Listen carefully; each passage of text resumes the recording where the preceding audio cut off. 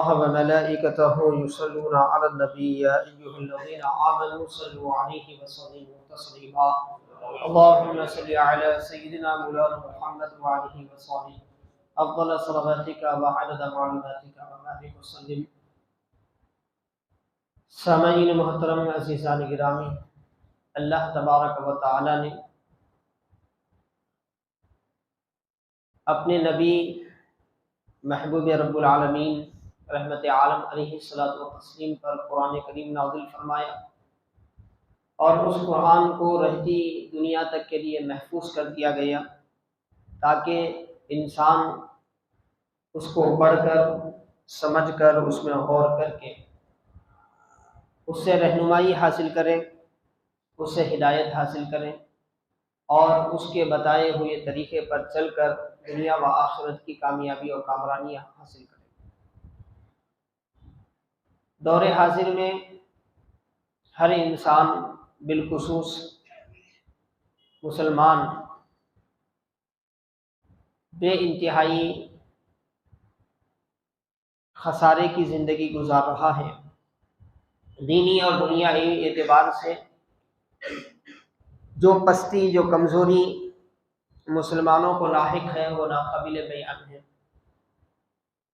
इंसान अपनी इनफरादी और आइनी ज़िंदगी में नाकाम हो चुका है, अपनी इज्तिमाई ज़िंदगी में, अपनी तिजारती ज़िंदगी में नाकाम हो चुका है। हम वक्त हर आन जहनी तौर पर किसी न किसी परेशानी का वो शिकार है। दिल बेचैन है, मुज़तरिब है, बेसुकूनी की कैफियत तारी है और सिर्फ दुनिया के एतबार से नहीं, अगर आदमी अपना मुहासबा करे तो उखरवी एतबार से भी बड़ी हौलनाकियाँ, बड़ी तबाहियाँ उसकी मुंतज़िर हैं। ऐसे वक्त में ख़ास तौर पर उन इंसानों के लिए जो कुरान को अल्लाह की किताब मानते हैं, जो कुरान के एक एक हर्फ पर ईमान लाते हैं, ये ज़िम्मेदारी बनती है कि वो कलामुल्लाह को पढ़े और उसमें बताए हुए आमाल के मुताबिक अपनी ज़िंदगी गुजारने की कोशिश करें। ख्वाबों में, ख्यालों में रहना ये उम्मत मुस्लिमा का काम नहीं है। उम्मत मुस्लिमा को एक संजीदा फ़िक्र कुरान ने दी है, एक जद्दोजहद का पैगाम कुरान ने दिया है। ईमान उसी जद्दोजहद का नाम है। ईमान सिर्फ ख्यालात में गुम रहने का नाम नहीं है। ईमान दर हकीकत अमली तौर पर अल्लाह की ज़ात को मानकर उसके अहकाम को अपने ऊपर नाफिज करने का नाम है और इसी को कुरान करीम ने ज़िक्रुल्लाह से ताबीर किया। हर आन, हर लम्हा, हम वक्त बंदा जो है अपने परवरदिगार को याद रखे, अपने परवरदिगार को याद रखे। किसी भी वक्त, किसी भी घड़ी हमारे दिलो दिमाग से अल्लाह तबारक व तआला का तसव्वुर ओझल ना हो जाए, अल्लाह तबारक व तआला का तसव्वुर गायब ना हो। हमेशा, हर आन, हर लम्हा हम अल्लाह तबारक व तआला को पेश नज़र रखें। ये कुरान की वो बुनियादी तालीम है जिस पर सैकड़ों कुरानी आयात मौजूद है। एक दो नहीं, कई कुरानी आयात मौजूद है और हमें अल्लाह तबारक व तआला ने दुनिया व आखिरत की कामयाबी की बशारत भी इस बात पर दी है कि जब ईमान वाला अल्लाह को हम वक्त याद करता है, अल्लाह को हर आन याद रखता है, कोई लम्हा उसकी अमली ज़िंदगी में, कोई लम्हा ऐसा नहीं गुजरता जब वो अल्लाह से गाफिल हो, तब वो कामयाबी की मंजिलें तय करने लग जाता है। ये दुनिया की बेसुकूनी, ये दुनिया की परेशानी, ये दुनिया की बेचैनी उसके ज़हन व दिमाग से धीरे धीरे दूर होना शुरू हो जाती है। उसकी जगह अल्लाह तबारक व तआला उसके दिल पर एक सुकून नाजिल फरमाता है, एक सकीना नाजिल फरमाता है, एक रूहानी तुमानीनियत, एक रूहानी राहत, एक रूहानी लज्जत उसके दिलो दिमाग पर ऐसे तारी होती है कि दुनिया के हज़ारों मसाइल में भी वो इस तरह रहता है कि उन मसाइल का कोई असर उसके ज़हन व दिमाग पर नहीं पड़ता। यही बात अल्लाह तबारक व तआला ने सूरतुर रअद में हमें समझाई। फरमाया अल्लज़ीना आमनू व तत्मइन्नु कुलूबुहुम बिज़िक्रिल्लाह, वो लोग जो ईमान लाए और उनके दिल अल्लाह के जिक्र से चैन पाए, उनके जिक्र अल्लाह के जिक्र से करार पाए, उनके दिल अल्लाह तबारक व तआला के जिक्र से सुकून हासिल किए। अला बिज़िक्रिल्लाहि तत्मइन्नुल कुलूब, आगाह हो जाओ, अल्लाह ही की याद से दिलों को चैन मिलता है, अल्लाह ही की याद से दिलों को चैन मिलता है। दिलों को सुकून अगर मुयस्सर चाहिए, दाइमी अबदी राहत अगर इंसान चाहता है, तो उसकी एक ही सूरत है, वो अल्लाह को जाने, अल्लाह को माने और अल्लाह को याद रखे। अल्लाह को जाने, फिर अल्लाह पर ईमान लाए, ईमान लाने के बाद हमेशा अल्लाह तबारक व तआला का जलाल, अल्लाह तबारक व तआला का जमाल, उसकी किब्रियाई, उसकी खालिकियत, उसकी तकद्दुसियत, उसकी सुबहानियत, उसकी एक एक सिफात का हमेशा परतो क्या है उसके सामने रहे, हमेशा तसव्वुर उसके सामने रहे। वो उठते बैठते अपने परवरदिगार को इस तरह याद रखे, यहाँ तक कि वो तन्हा है, खलवत में है, जब भी उसे अल्लाह याद हो, तो वो लोगों में है तब भी उसे अल्लाह याद हो, वो तिजारत कर रहा है तब भी उसे अल्लाह याद हो। हर आन, हर लम्हा, हर घड़ी अगर वो अल्लाह को इस तरह पेश नजर रखेगा तो अल्लाह उसके दिल को चैन अता फरमाएगा, उसके दिल को सुकून अता फरमाएगा। फिर वो सुकून वक्तिया सुकून नहीं होगा, जैसे थोड़ी देर के लिए गोली से सुकून मिल जाता है, थोड़ी देर के लिए दवा से सुकून मिल जाता है, कोई घेर के लिए कोई मशरूब हम पीते हैं, कोई पीने की चीज हम लेते हैं, उससे कुछ देर के लिए राहत मिल जाती है। तो ये तमाम फानी चीजें फानी राहत देते हैं और राहत थोड़ी देर के लिए खत्म हो जाती है। अबदी राहत अगर मिलती है तो अल्लाह के जिक्र से मिलती है, अल्लाह के याद से मिलती है। बंदा जितना ज्यादा अपने दिल को अल्लाह की तरफ मुतवज्जे करता चला जाता है, उतना ज्यादा दुनिया का गम उससे दूर होता चला जाता है। गम तो उसकी जिंदगी में रहता है, लेकिन जैसे दूसरे के लिए उस गम का असर होता है ना, वैसा अल्लाह के जिक्र करने वाले के लिए उस गम का असर नहीं। मुसीबत, परेशानी इंसान के मुकद्दर के साथ होती है, नेक हो तब भी मुसीबत आती है, गुनाहगार हो तब भी मुसीबत आती है।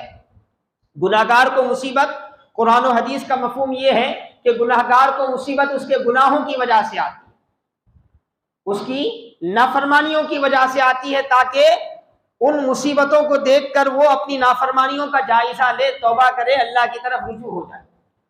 और नेक बंदे पर भी मुसीबत आती है, बल्कि ज्यादातर मुसीबतें और परेशानियां, आजमाइशें अल्लाह के नेक बंदों के साथ ही होते हैं। क्यों? अल्लाह उनके दरजात को बुलंद करना चाहता है।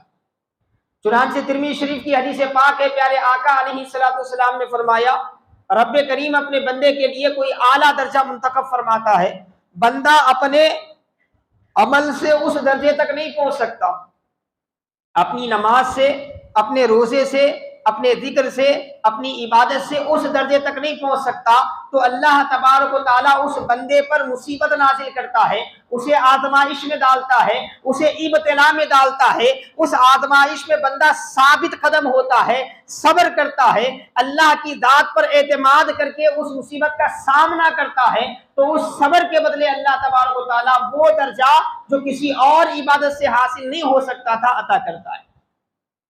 इसीलिए मुसीबत तो रहती है, मुसीबत इस दारुल अहज़ान में कुल्लियतन खत्म नहीं होती। दुनिया का एक नाम दारुल अहज़ान है, हुस्न की जमा अहज़ान, अहज़ान के माने हैं गमों का घर।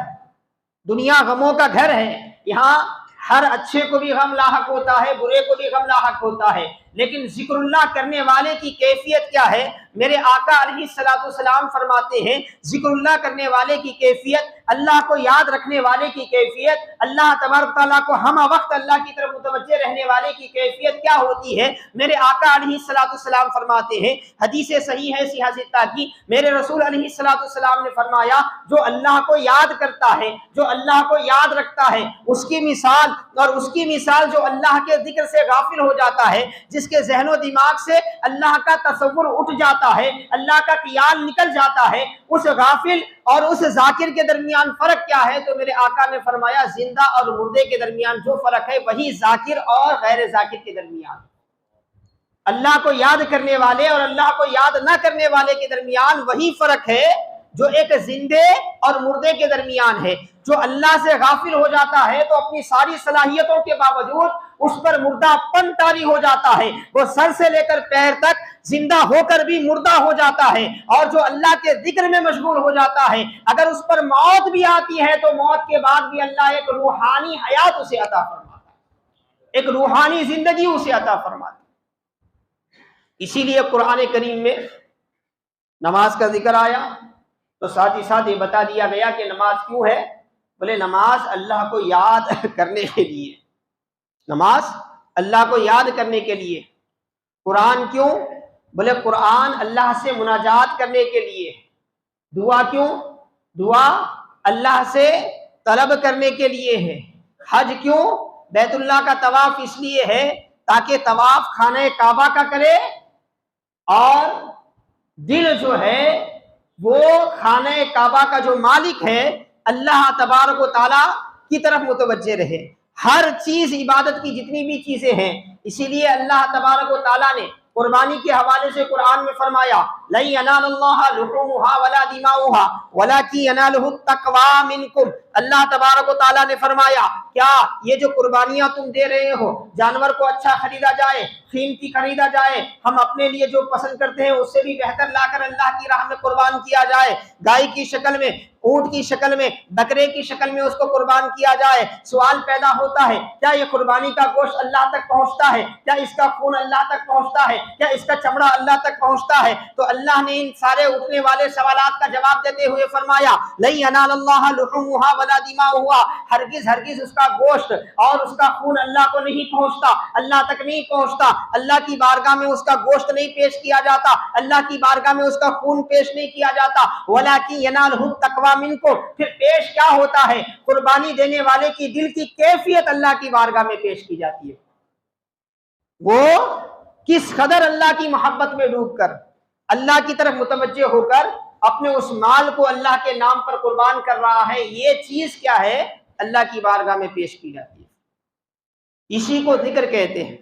जिक्र नाम है अल्लाह की तरफ मुतवज्जे होने का, जिक्र नाम है अल्लाह के औसाफ को याद करने का, जिक्र नाम है अल्लाह के इनाम को याद करने का, जिक्र नाम है अल्लाह की आयात में गौर करने का। आप कायनात को देख रहे हैं, सूरज को देख रहे हैं, सूरज में गौर कर रहे हैं, इसलिए गौर कर रहे हैं कि सूरज अल्लाह की तख्लीक का एक शाहिकार है। मेरे रब ने सूरज को कैसे पैदा किया ये समझने के लिए गौर कर रहे हैं। तो ये गौर करना भी अल्लाह का जिक्र है, ये गौर करना भी अल्लाह का जिक्र है। जहां जहां दिल अल्लाह की तरफ मुतवज्जे हो जाएगा, जिस जिस फेल में बंदा अल्लाह की तरफ मुतवज्जे हो जाएगा वो जिक्र इलाही है। और जो बंदा इस तरह अल्लाह की तरफ हमा वक्त हमा आन हर लम्हा अल्लाह की तरफ मुतवज्जे रहेगा, हाज़रीन मोहतरम अज़ानी गिरामी, अल्लाह तबारक व तआला उसके दिल को करार अता फरमाएगा, उसके दिल को सुकून अता फरमाएगा। दुनिया भर की दवाओं से जो बेसुकूनी नहीं जाती, दुनिया भर के इलाज व मुआलजात से जो बेसुकूनी नहीं जाती, वो बेसुकूनी ख़त्म कब होती है? जब पूरी कुव्वत के साथ, पूरे इरादे के साथ, पूरी हिम्मत के साथ बंदा अल्लाह की तरफ मुतवज्जे होता है, अल्लाह को याद करता है। जिक्र तो हम करते हैं मुसीबत में, परेशानी में, मगर उस वक्त भी हमारी तवज्जो हमारी मुसीबत की तरफ ज़्यादा रहती है, अल्लाह की तरफ कम रहती है। आमतौर पे हमारा जो अंदाज है अल्लाह को याद करने का वो ये है कि पूरा ख्याल हमारा हमारी परेशानी की तरफ होता है, हमारे मुराद की तरफ होता है। जो असल मकसूद और मुराद है उसकी तरफ हम मुतवज्जे नहीं होते, उसकी तरफ हमारी तवज्जो बिल्कुल नहीं होती। इसलिए जो जिक्र की कैफियत, जो जिक्र के अहवाल, जो जिक्र के बरक़ात हमें हासिल होने चाहिए वो हासिल नहीं होते। हदीस पाक में आता है, सीरत की किताबों में लिखा गया, आका अलैहिस्सलाम एक गज़वे के लिए रवाना हुए, एक जंग के लिए, मुश्रिकीन से लड़ने के लिए रसूलुल्लाह सल्लल्लाहु अलैहि वसल्लम तशरीफ ले गए। उसके बाद हुआ ये कि रसूलुल्लाह सल्लल्लाहु अलैहि वसल्लम रास्ते में अपने लश्कर को रोका और उन्हें इजाज़त दी कि वो जाकर आराम करें, अपनी अपनी जगह जहाँ भी सहूलत हो, जहाँ भी साया वगैरह कुछ भी मुयस्सर आए, थोड़ी देर आराम कर लें, फिर उसके बाद हम आगे बढ़ें। उसके बाद खुद रसूलुल्लाह सल्लल्लाहु अलैहि वसल्लम एक दरख्त के नीचे आराम करने के लिए अपनी तलवार हथियार वगैरह निकाल कर क्या है दरख्त पे टांग दिया और उसके बाद खुद क्या है आराम से लेट गए जमीन पे। एक मुश्रिक जिस खित्ते की तरफ रसूलुल्लाह सल्लल्लाहु अलैहि वसल्लम जंग के लिए जा रहे थे, वहीं का एक मुश्रिक क्या है मुंतजिर था, बड़े देर से इंतजार कर रहा। वो सोच रहा था कि किसी ना किसी तरीके से अगर मोहम्मद रसूलुल्लाह सल्लल्लाहु अलैहि वसल्लम को ख़त्म कर दिया जाए तो किस्सा तमाम हो जाएगा, सारी मुसीबत ख़त्म हो जाएगी, मेरी कौम पे जो मुसीबत आई है वो हमेशा के लिए ख़त्म हो जाएगी, अरब पुरसुकून हो जाएंगे। इसीलिए वो ताक में था।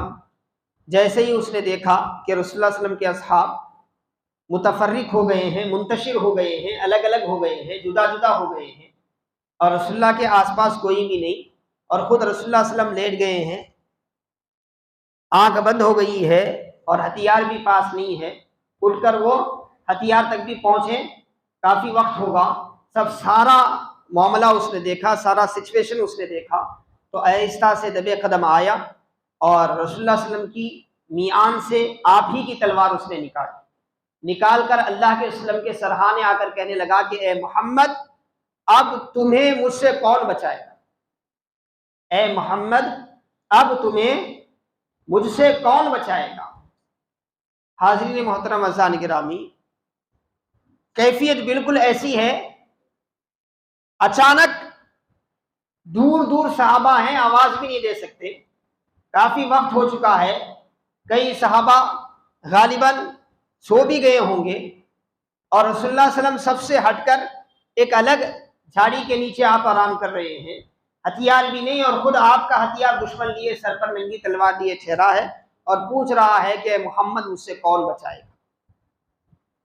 अल्लाह की तरफ मुतवज्जे रहना, अल्लाह का जिक्र करना किसे कहते हैं आप देखिए। तो रसूलुल्लाह सल्लल्लाहु अलैहि वसल्लम की जुबान से एक लफ्ज निकला, मेरे आका अलैहिस्सलातु वस्सलाम उठे, उठते हुए फरमाया अल्लाह। उसने कहा था ना कि मुझसे कौन बचाने वाला है, तो आपने फरमाया अल्लाह, मगर मुस्तफ़ा जाने रहमत का अल्लाह कहना पूरे अपने रब की तरफ मुतवज्जे होकर कहना था। हम वक्त हम आन कोई लम्हा ऐसा नहीं मुस्तफ़ा जो अपने रब से तवज्जो हटा ले, ऐसा हो ही नहीं सकता। मुस्तफ़ा जाने रहमत की शान ये है कि हज़रत सैयदा आयशा सिद्दीक़ा फरमाती हैं, कानन नबी सल्लल्लाहु अलैहि वसल्लम यज़कुरूना कुल्ला अहयानिही, रसूलुल्लाह सल्लल्लाहु अलैहि वसल्लम जो है हम वक्त हर आन हर लम्हा अपने मौला का क्या है जिक्र करते थे, उसे याद करते रहते थे। तो अब उस याद के साथ मुस्तफ़ा ने सिर्फ एक लफ्ज कहा अल्लाह, तो कैफियत ये हुई कि सामने जो जालिम ठहरा हुआ था, कुछ देर पहले बड़ा प्लान बना के आया था, बड़ा प्रोग्राम बना के आया था, हाथ में तलवार भी है, बज़ाहिर सारे असबाब ऐसे हैं कि वो कामयाब हो जाएगा, मगर मुस्तफ़ा के जिक्र से लफ्ज़ अल्लाह सुनना था कि उसके हाथों पर क्या है अचानक थरथरी आ गई, उसके हाथों पर, उसके जिस्म पर कपकपी तारी हो गई, एक खौफ में वो मुब्तला हो गया और उसके हाथ से जो तलवार वो पकड़ा था हाथ से छूट कर नीचे गिर गई। रसूलुल्लाह सल्लल्लाहु अलैहि वसल्लम ने उसे उठाया, उठाकर फरमाया अब तू बता कि मुझसे तुझे कौन बचाएगा, मुझसे तुझे कौन बचाएगा। तो वो कहने लगा कि मोहम्मद, हमने सुन रखा है कि आपके अखलाक ऐसे हैं, आपके अखलाक फुला हैं, आप बड़े रहीम हैं, बड़े रऊफ हैं, बड़ी मेहरबानी करने वाले हैं, आपसे उम्मीद लगाई जा सकती है। रसूलुल्लाह सल्लल्लाहु अलैहि वसल्लम की हम्द सना वो करने लगा। तो रसूलुल्लाह सल्लल्लाहु अलैहि वसल्लम ने फरमाया अच्छी बात है, मैं तुझे छोड़ देता हूँ, एक शर्त पर कि तू जाकर क्या है हमारे दुश्मनों से मिलकर हमारे खिलाफ जंग नहीं करेगा, तू इस बात का अहद कर मुझसे कि मुकाबिल में नहीं आएगा तू, मैं तुझे छोड़ देता हूँ। तो उसने अहद किया और अल्लाह के वसल्लम ने उसको छोड़ दिया। तो इस हदीस पाक में यह समझाया जा रहा है कि जब बंदा अल्लाह की तरफ कामिल तौर पर मुतवज्जे रहता है तो उसकी जुबान से अल्लाह अदा होना भी अपना असर रखता है। अल्लाह का अदा होना भी, कुछ भी नहीं किया रसूलुल्लाह सल्लल्लाहु अलैहि वसल्लम ने, ना दुआ फरमाई हाथ उठाकर, कुछ भी नहीं, सिर्फ एक लफ्ज अपनी जुबान से कहा। उसने पूछा था कि कौन बचाएगा, बज़ाहिर ज़ाहिरी असबाब तो ऐसे ही थे कि कोई मुनीस हमदम वहां पर मौजूद नहीं था, कोई मददगार मुसाइद वहां पर मौजूद नहीं था, मगर मुस्तफ़ा जान रहमत हर आन हर लम्हा अल्लाह की तरफ मुतवज्जे रहने वाले हैं। जो अल्लाह की तरफ मुतवज्जे होता है अल्लाह उसके लिए काफी हो जाता है। इसीलिए अल्लाह तबारक व तआला ने अपने हबीब से फरमाया अलैहिस्सलाहु बिकाफिन अब्दा, ए रसूल इन मुशरिकों से बताओ ये सारे के सारे मिलकर भी तुम्हारे खिलाफ हो जाएं तो उन्हें बताओ क्या अपने बंदे के लिए अल्लाह काफी नहीं है? अल्लाह काफी है।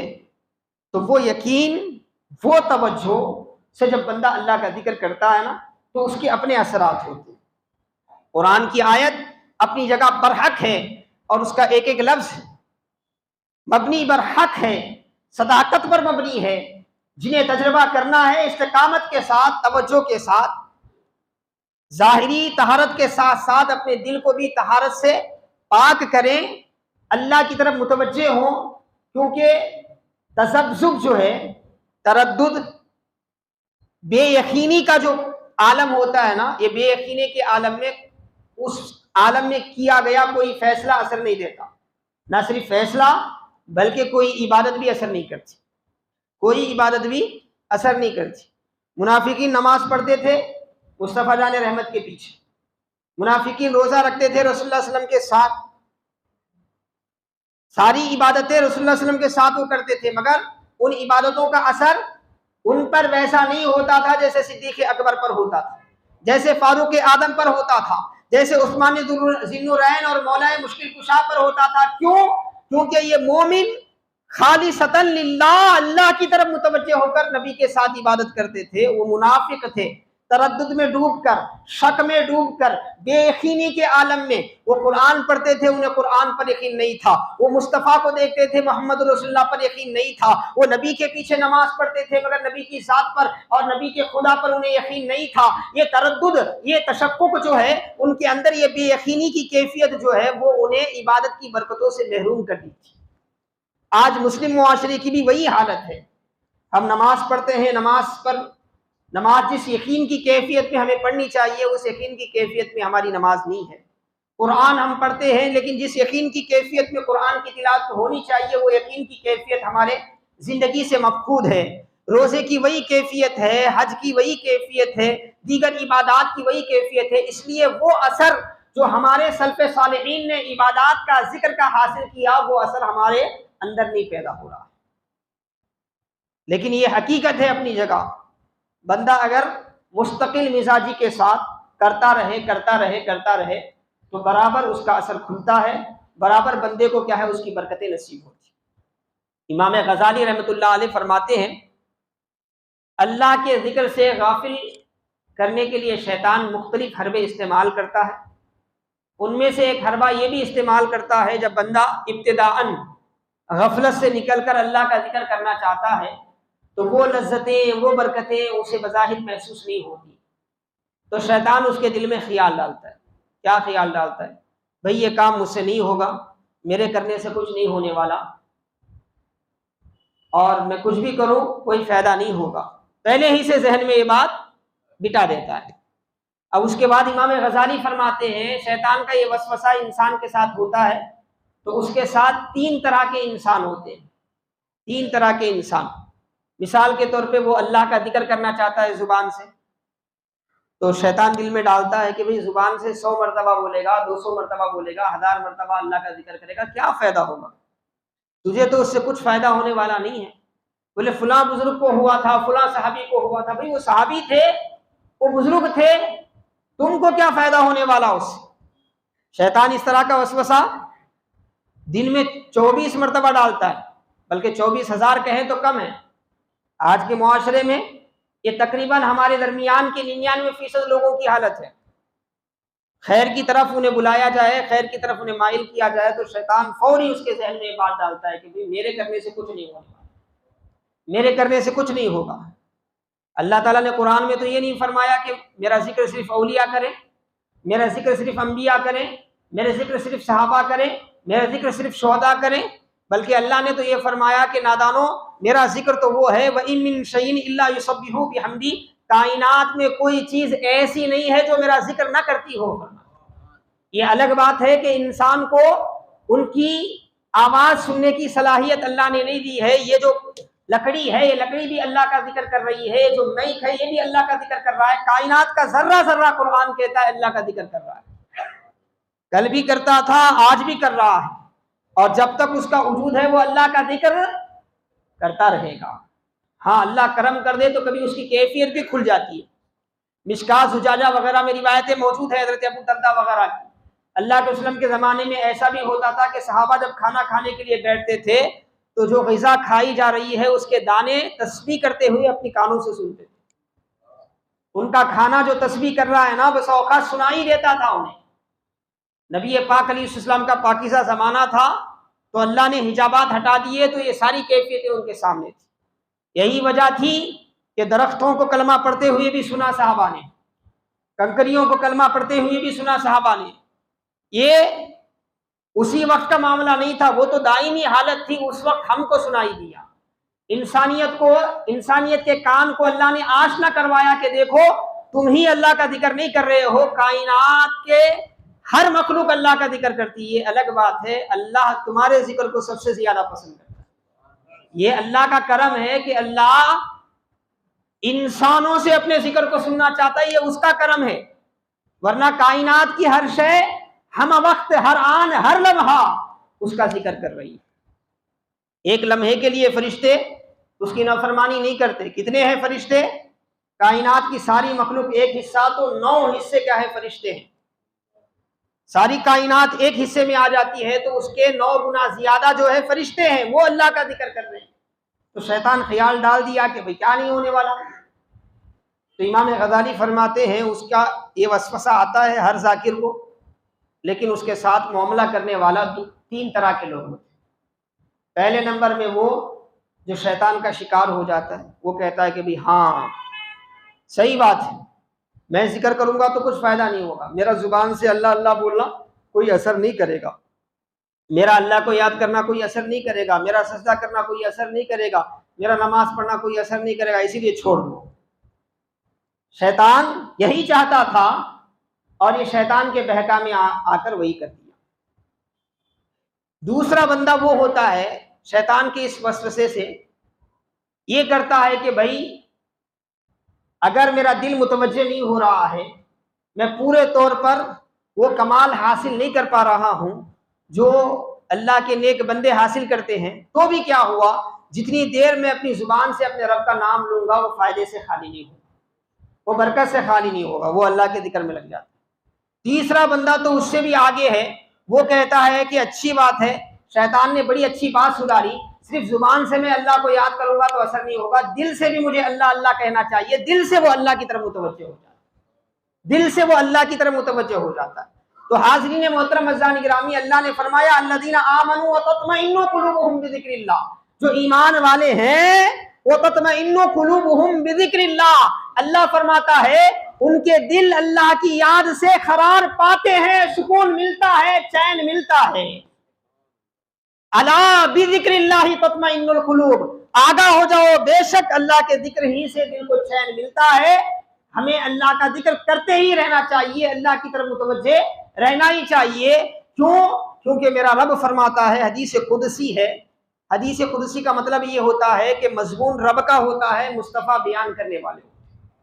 आम हदीस वो होती है जिसमें सहाबा रावी होते हैं, मुस्तफ़ा बोलने वाले होते हैं, और हदीस कुदसी वो होती है कि मुस्तफ़ा रावी होते हैं, अल्लाह बोलने वाला होता है, अल्लाह बोलने वाला होता है, उसे हदीस कुदसी कहते हैं।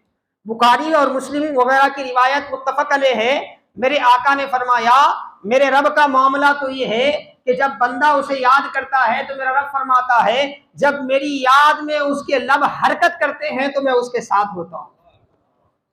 मेरी याद में लब हरकत करते हैं, वो इतना करम वाला है, हम सर से लेकर पैर तक न जाने क्या क्या गुनाह उसके करते हैं, उसकी नियामतें खाते हैं। वो कुदरत वाला मालिक है, वो चाहे तो कुछ भी कर सकता है। हमारे पास थोड़ी बहुत कुदरत उसी की दी हुई है, और उस कुदरत का असर ये है कि हमारे कुदरत के दायरे में कोई हमारे खिलाफ करता है तो हम बर्दाश्त नहीं करते, फौरी इंतकाम लेते हैं, फौरी हमारी कुदरत का इस्तेमाल करते हैं। लेकिन वो खादिर मुतलक होने के बावजूद इंतकाम नहीं लेता, मौका देता है, इंतकाम नहीं लेता, करम के दरवाजे खोलता है। फरिश्तों से कहता है कि फरिश्तों सब्र करो, अभी ना सही, कुछ देर बाद सही ये मेरी रहमत की तरफ मुतवज्जे होगा। इसीलिए मेरे आका फरमाते हैं, रब फरमाता है, जब बंदा मुझे याद करने के लिए अपनी जुबान भी हिलाता है, जब उसके होंठ हिलते हैं तो मैं उसके साथ होता हूं, मैं उसके साथ होता हूं। और एक दूसरी हदीस पाक का मफहूम है, मेरे आका ने फरमाया, जब बंदा मेरी तरफ एक कदम बढ़ाता है तो मैं उसकी तरफ 10 कदम बढ़ाता हूं। अल्लाह पाक इंसानी मखलूकी तमाम औसाफ और सिफात से पाक है। ये अल्लाह का कुर्ब समझाने के लिए क्या है, कुरान ने मिसालों से बात की, हदीस में मिसालें आई हैं। तो क्या है, मेरा रब फरमाता है कि जब मेरा बंदा एक कदम मेरी तरफ बढ़ता है तो मैं 10 कदम उसकी तरफ बढ़ता हूं। जब बंदा तेजी से मेरी तरफ आता है तो मैं दौड़ते हुए उसकी तरफ जाता हूं, मैं दौड़ते हुए उसकी तरफ जाता हूं। तो हाज़िरीन मोहतरम अज़ानी गिरामी, इसीलिए मेरे रब ने फरमाया कि अला बिज़िक्रिल्लाहि तत्मइन्नुल कुलूब, आगा हो जाओ, अगर चैन चाहते हो, सुकून चाहते हो, सिर्फ इस दुनिया का नहीं, कब्र में जाकर सोए हुए लोगों को उठाकर पूछो वो कितने बेचैन हैं, वो कितने बेचैन हैं। वो अपने सुकून के लिए कोशिश कर रहे हैं मगर कुछ नहीं हो सकता, क्योंकि अब वो दुनिया में आ नहीं सकते, इबादत कर नहीं सकते, नमाजें पढ़ नहीं सकते, खैरात और बरकत हासिल नहीं कर सकते, सदकात कर नहीं सकते, जो भी नेकी करना था उन्हें जिंदगी में करना था, अब आलमे बरज़ख में जा चुके, तो अब तो वहां पर जज़ाए आमाल शुरू हो चुका है। इंसान दुनिया में क्या कर रहा था उसका बदला उसे मिल रहा है। कितने ही रूहें आज कब्र में बेचैन हैं, कितने ही लोग आज कब्र में बेचैन हैं। वो चाहते हैं कि उन्हें सुकून मिले मगर असबाब सुकून उनके पास नहीं है। लेकिन हाज़रीन मोहतरम अज़ानी गिरामी, अपनी जिंदगी के जितने लम्हे गुजर चुके, लेकिन जब तक जिस्म में रूह है, जब तक जिस्म में जान है, याद रखें आपको मौका है, आप अपने दिल को इस दुनिया में भी राहत पहुंचा सकते हैं और आखिरत और कब्र में भी राहत पहुंचा सकते हैं। और उसका एक ही जरिया है, आप किसी को याद रखें या ना रखें, अपने पैदा करने वाले को हर हाल, हर लम्हा, हर वक्त याद रखें, उसकी रहमत आपकी तरफ मुतवज्जे होगी। वो हमारे दिलों पर सकीना नाजिल फरमाएगा, वो हमारे मुर्दा जिंदगी में क्या है, एक नई हयात पैदा करेगा। उसके बाद जो सुबह होगी वो रोशन सुबह होगी, उसके बाद जो रात आएगी वो रहमत की नवीद लेकर आएगी। उसके बाद वो बंदा इस दुनिया से जाएगा तो कंधों पर तो लाश होगी, लेकिन वो आलमे हाल से कहता हुआ नजर आएगा कि जैसा कि मेरे आका ने फरमाया कि लोगों अभी क्यों देर कर रहे हो, मुझे कब्र के हवाले कर दो, क्योंकि मुझे अपने महबूब का दीदार करना है, मुझे अपने रब की रहमत में जाना है, मुझे अपने परवरदिगार की तरफ मुतवज्जे होना है। तो हाज़रीन मोहतरम अज़ानी गिरामी, कुरान करीम में बहुत सी ऐसी बातें हैं जिसे हमें पढ़ने, समझने और उस पर अमल करने की जरूरत है। लेकिन बड़े अफसोस की बात है, आज मौका मिलने के बावजूद हम ना कुरान पढ़ना चाहते हैं, ना कुरान पर अमल करना चाहते हैं। फिर हम चाहते हैं कि हमारे लिए सहाबा की तरह बरकतें हासिल हो जाएं, औलिया की तरह बरकतें हासिल हो जाएं। खुदा की कसम, ये बरकतें उसी वक्त मिलती है जब हम उस तरीके पर चलना शुरू कर दें, कुरान के बताए हुए उसूलों को अपनाना शुरू कर दें, तो फिर अल्लाह की रहमत हमसे दूर नहीं होगी, अल्लाह की रहमत हमारे करीब आएगी। क्योंकि अल्लाह का ऐलान है, इन्ना रहमतुल्लाहि करीबुम मिनल मुहसिनीन, बेशक अल्लाह की रहमत जो है वो मुहसिनीन के करीब है, वो नेकियां करने वालों के करीब है, वो अच्छाइयां करने वालों के करीब है। अल्लाह पाक की बारगाह में दुआ है कि अल्लाह ताला हमें गफलतों से बेदार फरमाए, हमारा माजी जो गुनाहों में डूबा हुआ है अल्लाह अपने करम से हमारे गुनाहों को माफ फरमा दे, और जिंदगी का जितना लम्हा हमारा बाकी है इल्म इलाही में अल्लाह उसमें बरकत अता फरमाए, सेहत के साथ उसकी इबादत की तौफीक अता फरमाए, जिक्र की लज्जतों से हमें आशना फरमाए। अल्लाह हमारी जुबान को भी जाकिर बनाए, हमारे आज़ा को भी जाकिर बनाए, हमारे दिल को भी जाकिर बनाए। अल्लाह हमें और हमारी नस्लों को जिक्र की बरकतें अता फरमाए। वसल्लल्लाहु तआला अला खैरिल खल्क़ि मुहम्मद व आलिहि व सहबिहि अजमईन वल्हम्दुलिल्लाहि रब्बिल आलमीन।